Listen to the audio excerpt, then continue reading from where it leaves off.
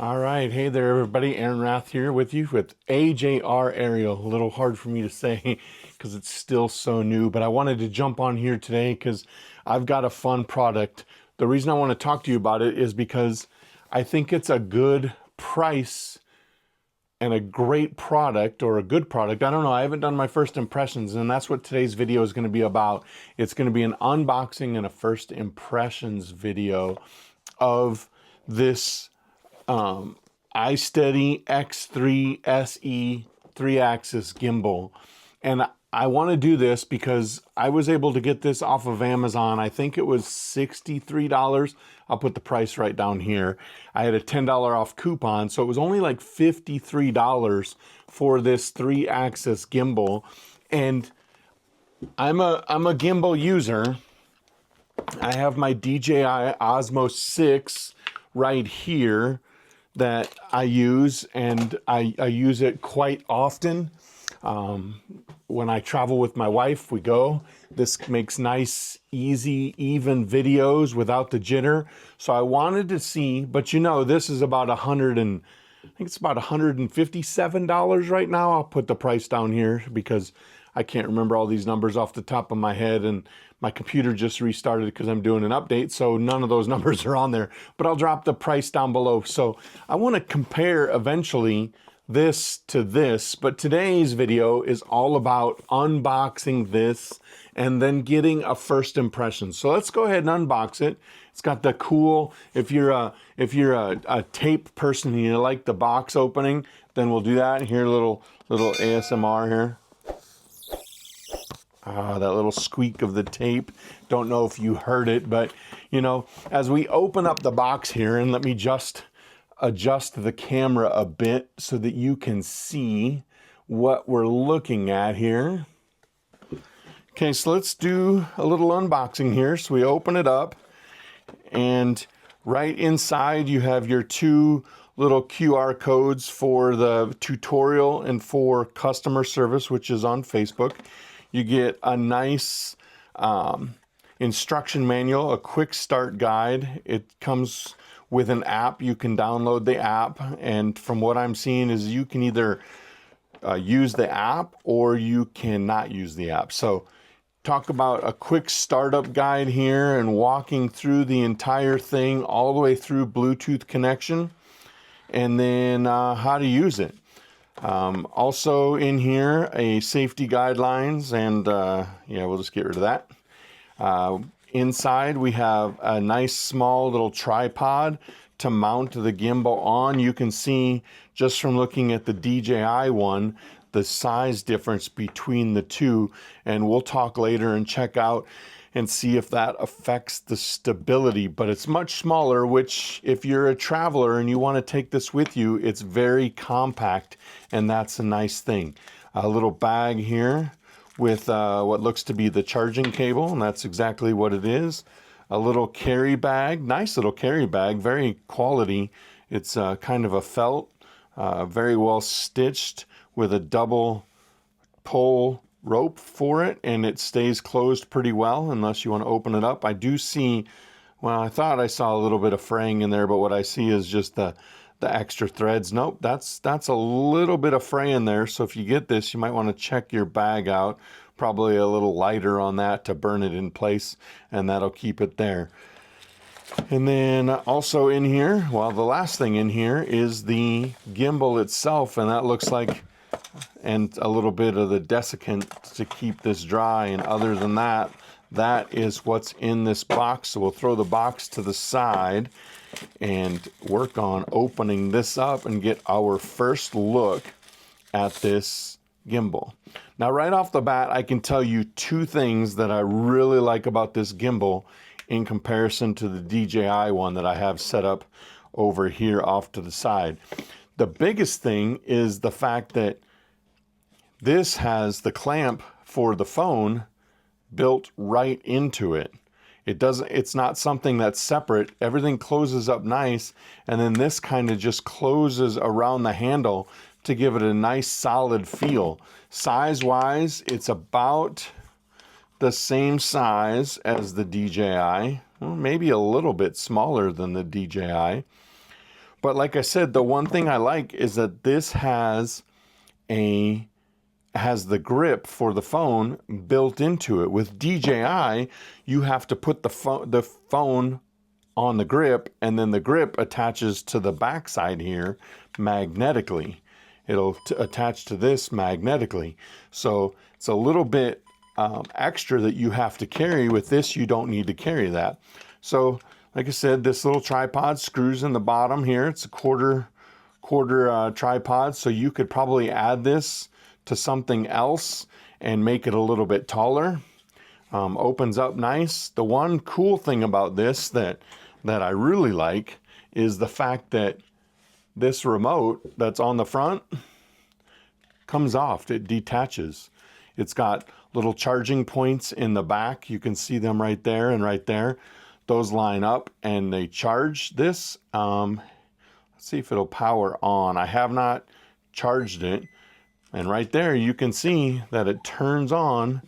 Very simple. We get kind of a wibbly wobbly, but I imagine that is because we don't have the phone hooked up. So let's go ahead, now that we've unboxed this, let's go ahead and try and use it a little bit, look at some first impressions, and see how this thing is. Like I said, this one's $53, I think it is. Like I said, I'll put the price down below. And then the DJI one is way more expensive. So let's check this one out and see if it's worth the dough. Okay, so let's go ahead and check this thing out. I have the tripod on there. It clicks in there well. And let's kind of just look through the buttons on here. It's got a scroll wheel on the side. And this scroll wheel is used for, excuse me, as I look at everything, this is a zoom in and out scroll wheel button. So nice and easy to get to, ergonomically simple. On the back side, it's got this trigger, and this trigger is used to change, well, your modes. You can hold it and change your mode. You can double tap it and get recenter, so it recenters your picture on your phone. And then if you tap it 3 times, it does a 180, flips it front to back on your phone. On the side here, you have a good power button, easy to get to, and then a USB-C charging spot. We'll pull the remote off so we can talk about it. On the remote, there's a few lights that will light up on it. There'll be a Bluetooth light on the top to help you see your Bluetooth connection. And then you'll also have your different shooting mode that you're in. So if you're in your POV mode, your point of view, so that means it stays with it. Or if you're on hold mode, so it keeps the phone level, and we'll show all those in just a little bit. But that's all on this side. You have arrows on the side, the left and right, to help you flip back and forth between a few items. And then you have your M button to change your mode, and then your little record button on the bottom here. So let's go ahead. And then you have a joystick, and this joystick is usable to turn the gimbal. The cool thing about this remote, like I said, it's the panel of the gimbal. It just clicks into place, and it's got a 33-foot range. So basically, you can set up your phone, and you can put it out there 15 feet and take this with you and click to take pictures without having to worry about doing gestures or anything like that. And that's the other cool thing about this, is if you're using the Hohem app that comes with this, you can use gestures to get started on this. So let's go ahead and stick the phone in this and see what kind of, how it works. I do know that sometimes on the DJI one, putting the phone in can be a little bit of a challenge. It does tell you how to put the phone in here. It tells you to make sure your phone's facing the right way. Sorry, I got to get my glasses because I'm an old guy. It says ensure your phone is center clamped and camera is in indicated direction. So it looks like the camera's got to be this way and the phone is centered, and then it's just going to kind of kind of go like this, and if we turn it on,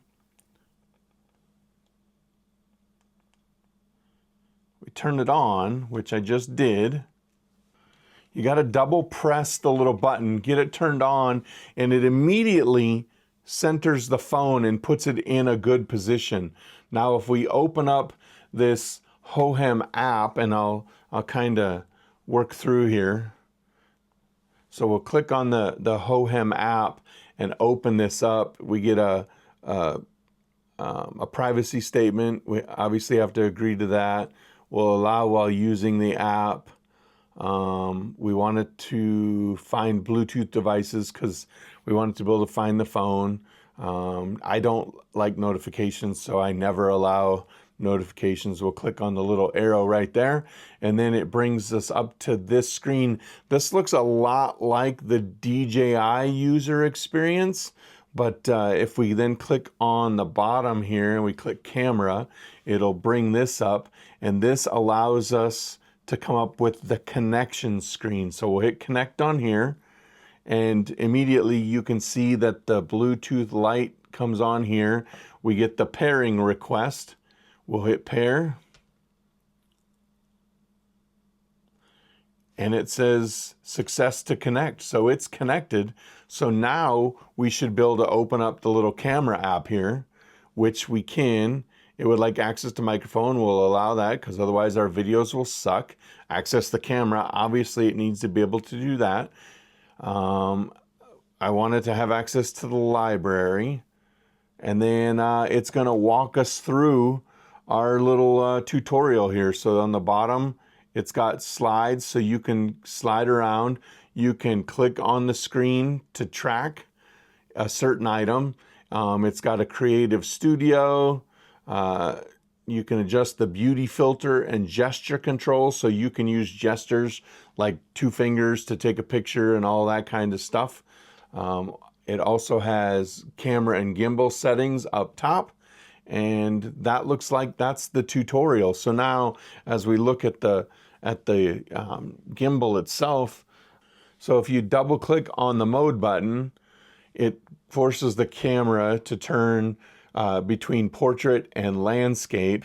You can then scroll back and get a much smaller picture. As you can see, we can zoom in. It's going all the way up right now, working its way through the zoom or going back down through the zoom. I'm gonna have to find and see if there's a setting that goes really slow through the zoom. So now we'll see if we can't get this to flip around. So 3 times it turns that way. So what it doesn't do is, I don't know if you can get it to use the front camera. So everything seems to be out of the rear camera. It looks like if you use the screen or the button on the screen, you then get to use the front camera, so you can see the picture that it's taken using the front camera. You have all kinds of settings on here. Let's get this to use the rear camera again. All kinds of settings on here, so you can go 4K 60 on here, so you can get a nice 4K video. You can set your ISO, your shutter speed, everything right there. Your flash on and off, your different settings in here, like your grid. I'm a grid guy because I like to know my thirds so that I can frame my pictures better. It's just got all kinds of stuff on here. I'm going to take some time and kind of do impressions of this, and then I'm going to give you my final thoughts. I'll show you some videos I take with it, using it, and we'll go from there. So like I said, I'm going to take some time here, probably a couple, 2-3 days, and I'm going to use this gimbal and see how well it works. So far, I like it as far as weight goes with the phone. It does a good job maintaining level. So it does a good job. That's kind of the weird yaw flip there when you get too far. It will do a flip, and it really doesn't take too much to get there. But once you get there, I mean, it stays good all the way upside down. So we'll take some time. We'll get a few days of use in on this. We'll take some videos, share those with you on how well it does taking those videos. And then we will we'll close this out with some of my final thoughts. For you guys, that'll be a fairly quick process. For me, like I said, I'm going to take a couple days and just kind of use this thing to see how well it works. All right, so I was sitting here this morning starting to look at things for this video, and I wanted to point out that I have a larger case on my phone, and you'll notice that this grip does not hold it. I can push it down, but it slides back up. So if you're a larger case user, this one might not be for you. I will show you something real quick. I want to, as it fell over, as it dismounted. So the reason that I want to, so the thing I want to show you is, so this is the DJI clip that comes with the Osmo, right? So you can take this clip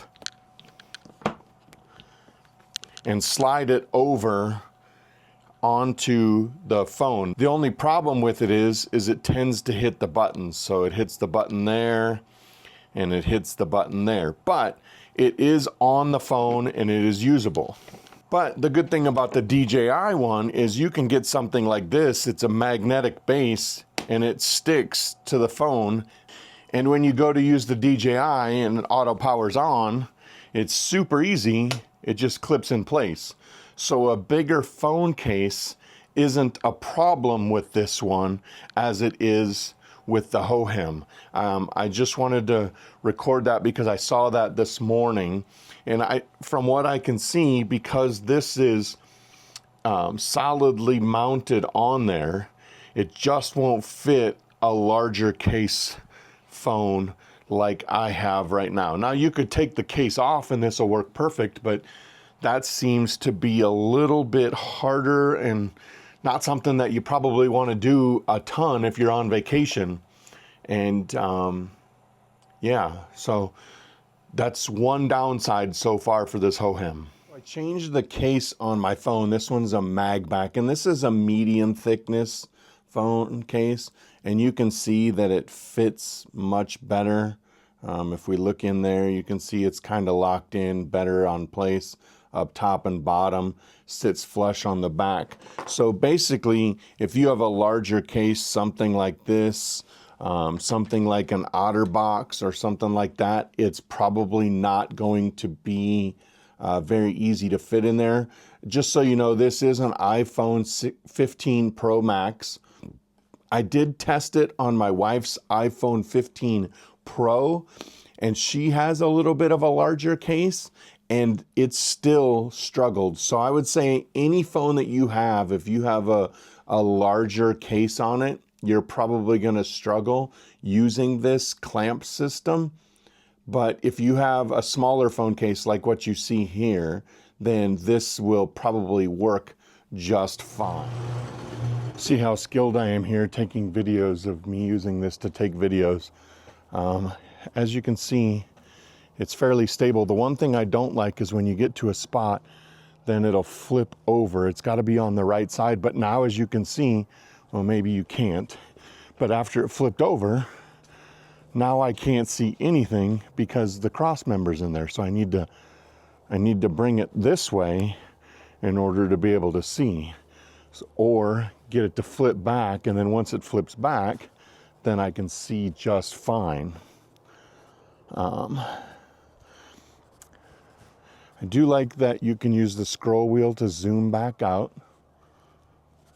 But as you can see, I mean, it as a stabilizer, it works really well. All right, other thing I want to do is use the remote so you can see. So hopefully we can see all the pieces.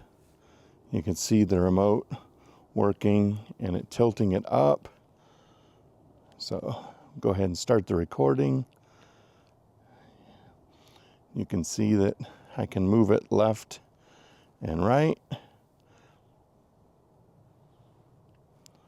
The one thing that is no good is once you take it off of here, you can't do any zooming.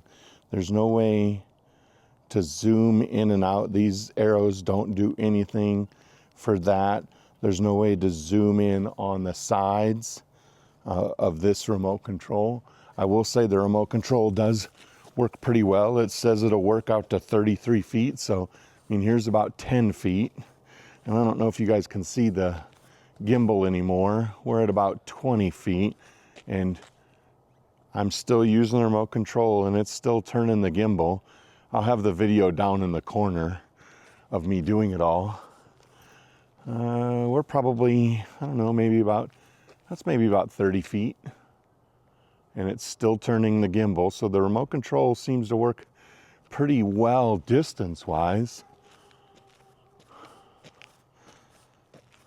And we're a good chunk of ways out. And now we seem to be out of range. It is not turning the gimbal anymore. So take a couple steps in.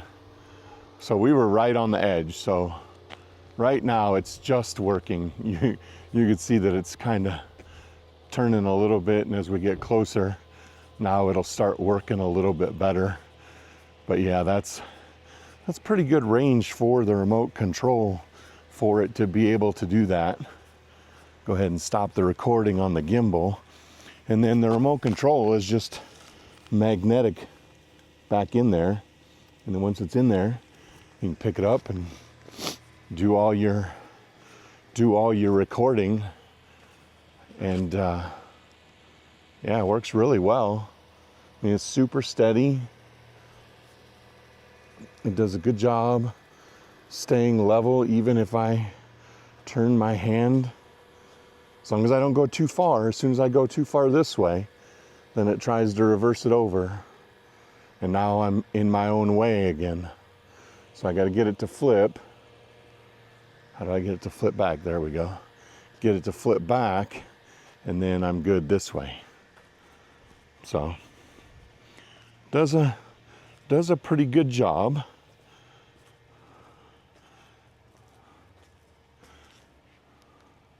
All right, just a few wrap-up thoughts on this Hohem iSteady X3 SE. I think overall for the price, and if I pull up the Amazon page, and I'll have a link in the description down below for this.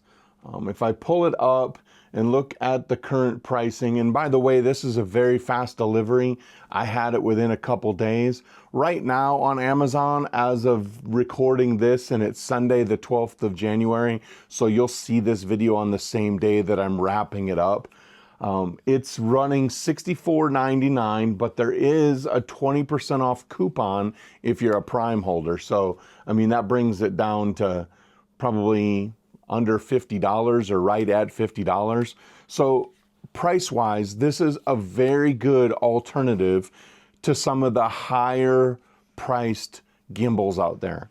Using the software was super easy. Using the gimbal itself was super easy. You saw the videos I put in, using it. It stays super steady. And, the remote control being able to come off, the screen being able to come off is super nice. That'll bring up one of my cons. I have 3 cons that I want to talk about, but the positives, I think, outweigh the cons depending on a few things. So let's hit up on those cons. The first con for me is when you take the remote control off and you're using it, you lose control of focus or zoom because those stay on the handle itself. They don't come on the remote control then, and they're not usable on here. There's no way to do a zoom or a focus. Not that you're going to do it if you're 30 feet away from there, but you just never know. If you're trying to frame your picture better or whatever, it's just not going to work. You're not going to have access to the zoom or focus, whichever way you have it set up. That one for me is a small con, not really a big deal. The second con for me is when you flip it, You know, I have my phone on here and I flip it this way and all of a sudden it flips my phone the other way.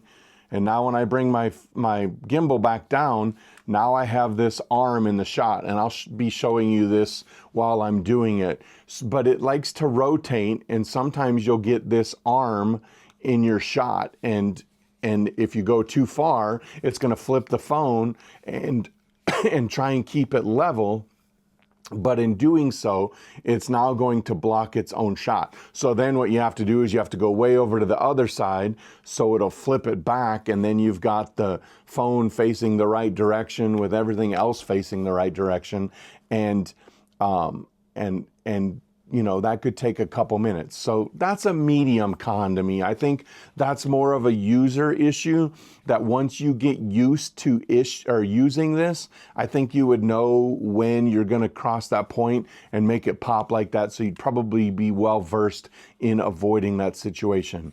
So that's a medium con. The third con for me is probably a larger one for me, because I use a larger phone case. And as we showed earlier, the larger phone case just does not work with this gimbal. It won't seat in there correctly, and it's just hard to balance.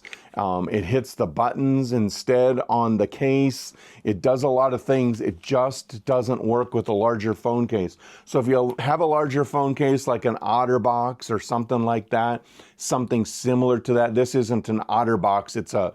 It's another brand. I like this one because it has MagBack on it, so I can hook my phone up to a charger. A lot of OtterBoxes say they do that, but they're very hard to do. Anyway, off of that tangent. If you use a larger phone case, this is not for you. If you have a smaller phone case, something like this is a MagBack.